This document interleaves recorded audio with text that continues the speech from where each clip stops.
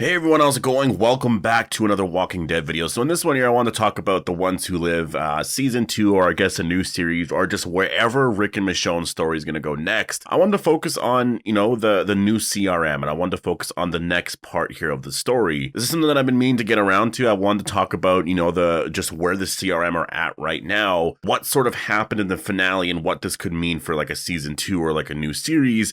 And I wanted to touch on certain things that actually happened in the finale with Major General Beale and how it could actually relate to potentially Rick Grimes maybe making the same decisions as Beale or coming to the same conclusions as Beale once the CRM starts to actually run out of resources and if there's problems there. So yeah, I do want to talk about everything here and get into, everything that we learned in the finale of The Ones Who Live and what that's set up for the future. So before we go any further, obviously make sure to be a subscriber if you want to get all my Walking Dead content like this. Stay tuned for my next video as well. I'm going to be doing sort of a fun video here where I talk about Negan and whether or not he could potentially be the villain of The Ones Who Live Season 2 or like a new series. I really want to talk about that and what they could actually do with that character, because I know there's the argument, you're kind of doing the same thing with the character, but I also think that it's a little different because Negan, with what he's doing on Dead City, yes, he could be like the next villain if, New York City gets a lot of power and the Dama gets a lot of power where, everyone starts to sort of, figure out what's going on there or once they find out what's happening there. But I feel like it's going to be a little different because Negan, first of all, doesn't want to be in this situation, right? So it's a little different. He's a villain, but he's not really a villain, right? But anyways, make sure to be a subscriber if you want to get all my Walking Dead content like this. We're going to be getting that trailer at some point very soon, a teaser trailer anyways. At this point, honestly, I'm just kind of assuming by the end of the month.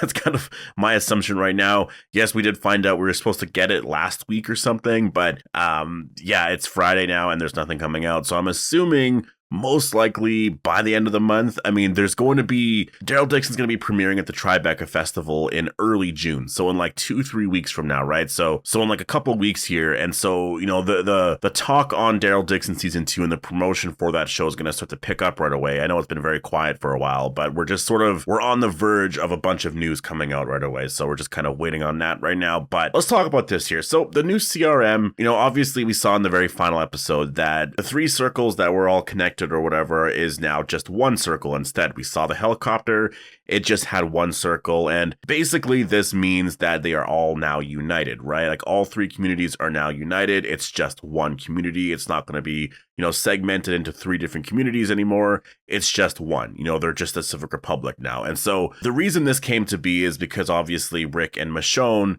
defeated Major General Beale and, all the frontliners and all of that. And a lot of information came out from that, and the Civic Republic Council found out about everything. And they successfully voted against the military and won control over the military, ending all of the rules that Beale established, right? And I think that this was obviously people are mixed on it, but I do think, now that there's been some time, I think going forward, you can definitely do some things with that story. I think that the one thing that I do like about it, and I even mentioned it back then, the one thing that I do like about it is the fact that civilians are now free, right? And they can just sort of come and go, and you can welcome all new survivors. At the very end, they also said that they would airlift anyone to communities that they want to go to and all of that. So that's why we saw Rick and Michonne airlifted somewhere. I don't know where they went. I don't know if it was a Commonwealth, if it was a random field, if it was Alexandria. I think that's one part about it that I don't hear a lot of people talking about in terms of how they ended the show. Like, yes, they rushed it, this and that, but they just reunited in a field. Yes, the reunion was amazing, but we didn't see them in Alexandria or the Commonwealth. There was no news on any of that, on what happened to Rick and Michonne afterwards. They were just in a random field. And I feel like, where they're going next, that's such an important detail, but maybe that's saved for Season 2, right? Maybe they want to kind of keep it open there. But anyways, I really like the aspect that everyone is now free because, if, the finale went the way that we were thinking and there was some sort of Beale cliffhanger or whatever, I think that Season 2 would be hard to write because the Civic Republic military just had so much control over everyone that no one was allowed to do anything. It was so hard, I feel like, even in Season 1 to have Rick and Michonne communicate a lot because with the rules that you established with the CRM and how they operate, you can't really have Rick and Michonne together at all, and if you're going to keep the CRM around, it's kind of hard to do that, right? In terms of, anyways, the rules that they had. And so having Rick and Michonne escape in episode 3, I kind of get it because then you were able to actually have them together for episodes 4 and 5, and obviously the finale when they came back. But even in that finale, if you noticed, they were separated for most of the episode, right? They only really reunite at the very end.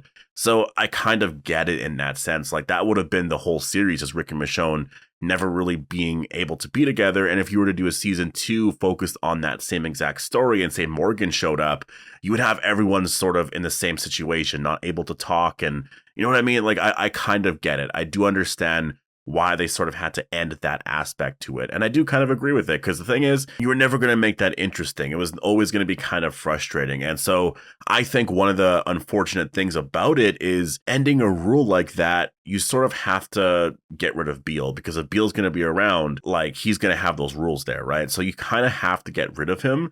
I mean, maybe you could have kept him around in some way where it ended in, I don't know, I think they wanted more of a conclusive ending there, right? But regardless of that, I think where they can go now is if you just look at the CRM, this is a new CRM, right? They're more focused on like peace and like doing good and stuff. And I think the problem is, you know, what Beale talked about in the finale is how long can they really continue to help out people? And again, they weren't even helping out people. And I don't think Beale came up with that number just randomly, you know, the 14-year thing. I don't think he came up with that randomly. I think to assume that he just did that, you know, to scare people because he wanted power and all of that. I just think you're not really understanding the character. Like that was never really the character to begin with, right? And so I think that was always the focus with Beale, was that he was always trying to do good in just whatever way he knew how to, right? And I think when it comes to Beale and just who the character is, I think the one thing that he knew how to do right was run the military. And I think, you know, make hard decisions like that. And I think that it was based off of, you know, things that he did learn. I think Rick in that moment made an emotional decision. He spent a lot of time away from his family. He wanted to be with his family. He wasn't really thinking of all of that. And I also think he just disagreed with him in general. You know, I think Beale looked at it like, this is sort of what we need to do to be kind of responsible for everyone, and we need to help everyone in this way. But I think Rick was like, no, you know what? Like we just focus sort of on the now,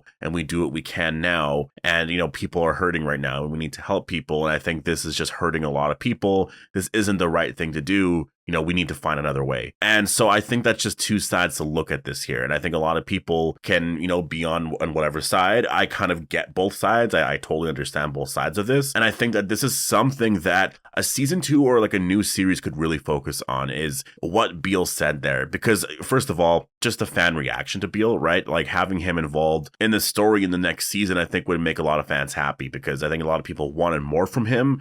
So just focusing more on his ideas and what that meant, you know, in the same way that Okafor, he was only in one episode, but his ideas, you know, just sort of what he believed in was there all season. I think that, you know, obviously Okafor was much more respected, and I think Rick liked him a lot more. But I think with Beale, with what he said, you know, I think there could be a lot of people within the CRM that sort of believe that and are worried about where their resources are going. Because, I mean, yes, it sounds so happy and peaceful, like the CRM, they're going to bring all their resources here and they're going to help out people. They're going to do all these amazing things. But like, how practical is that? Like, how long can you really do that for in this world where, you know, you really are running out of resources because, you know, things are just falling apart and the walker population is growing every single day, right? So I just feel like, you know, it makes sense that people are going to start to think, you know, a little differently on this. And I think that could be a big focus for season 2, is like, how much should we help people? And are we going to have to stop that? And I could see, you know, in a series like that, like, again, you would still have to have a villain. You would still have to have other things, other aspects of the story to make it more interesting. But I think this idea could be such an interesting focus for that, because Rick may soon realize what Beale actually meant and how he came to the conclusion that he did, right? There is also the triple P card, you know, that still has to be explained.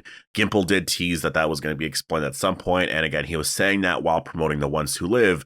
We watched that show. There was no mention of it. I mean, there was an Easter egg actually in the finale. You know, and that's the thing that I will say. There was an actual Easter egg or mention to the triple P card or whatever that means. But we're all assuming now that it's sort of separate from the CRM. It doesn't really seem like it. It still seems like it is connected, but it's something secret. You know, there's also the CRM spies, right? Like Beale has spies all over the world.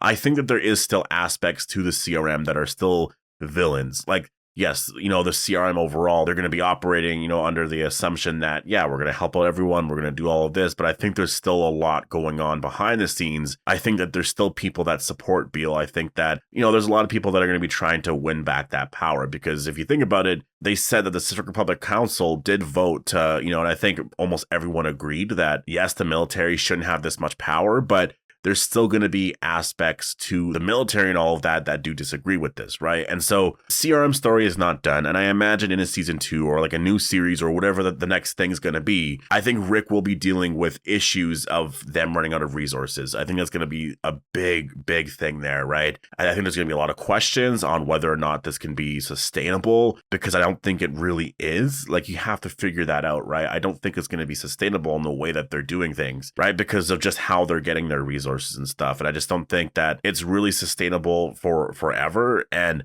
again, Rick's going to fight for it to be. It's going to be something that's going to be very emotional, I feel like. But he may eventually come to the realization that Beale did. And I wonder if that just means overall that Rick eventually becomes Beale in that sense, right? Just like in terms of his beliefs on the whole thing. And maybe he gets more respect, and then he realizes what he did in killing Beale, right? And maybe there's a whole story here, worked out with Mason Beale, his son, and he actually feels bad because, I mean, yeah, he shouldn't have killed Beale, and now his son might actually want revenge. And I think that could be a really interesting storyline for us, because we're going to look at it and be like, yeah, I totally get it. I totally understand where he's coming from, right? So I think this could be where the story goes next. I think that this is something that I could totally see Gimple writing, and I think that it's a lot of fun. I think there's a lot of fun in terms of, the just right and wrong, and it causes a lot of debate, right? You obviously would have to come up with some other things in terms of, making walkers more of the villains. You have to come up with characters and sort of,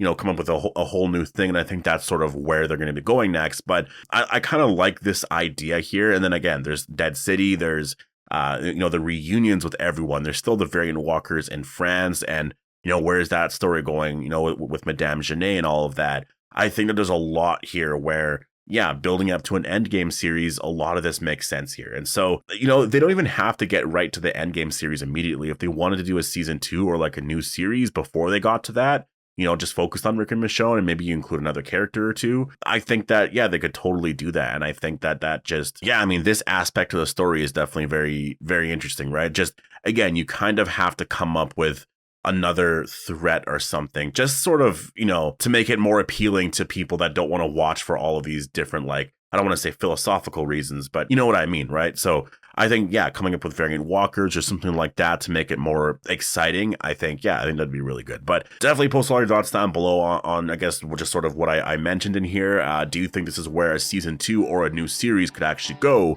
with Rick and Michonne's next story? Hope you guys all enjoyed the video, and I'll see you guys in the next one.